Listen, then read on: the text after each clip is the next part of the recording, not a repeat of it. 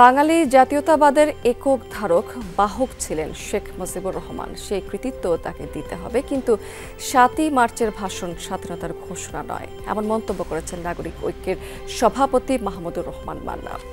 সিরাজুল আলম খান দাদা ভাইয়ের ৮৪তম জন্মদিন উপলক্ষে আয়োজিত আলোচনা সভায় যোগ দিয়ে এই মন্তব্য করেছেন তিনি। বলেছেন, শেখ মুজিবুর রহমান মুক্তিযুদ্ধের নির্দেশনা দেননি। সভায় জাতীয় সমাজতান্ত্রিক দল জেএসডির সভাপতি আ.স.ম আব্দুর রব বলেছেন, সিরাজুল আলম খান জনগণের গণতন্ত্রের কথা বলেছেন, অংশীদারিত্বের গণতন্ত্রের কথা বলেছেন।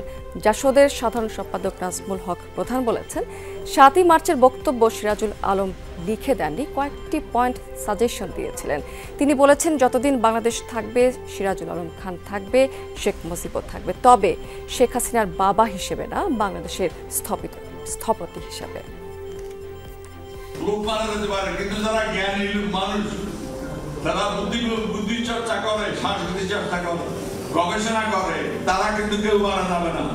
তারা জানে ওই জনগণ গণতন্ত্রের মধ্যে তারা কোনো কিছু পায় না। মানুষকে বলি, ভালো দেশ যদি চান তাহলে ভালো সরকার থাকবে, আর ভালো সরকার যদি চান তার জন্য ভালো দল চিনতে হবে, ভালো দল বানাতে হবে, না থাকলে ভালো দল বানাতে হবে। এই যে ক্ষমতার সঙ্গে থেকেও না করা, এই যে বাঙালি জনগোষ্ঠীর এই যে আজকের এই আন্দোলন, আমি মনে করি এই প্রভাবটা ওই জায়গা থেকে আসে না।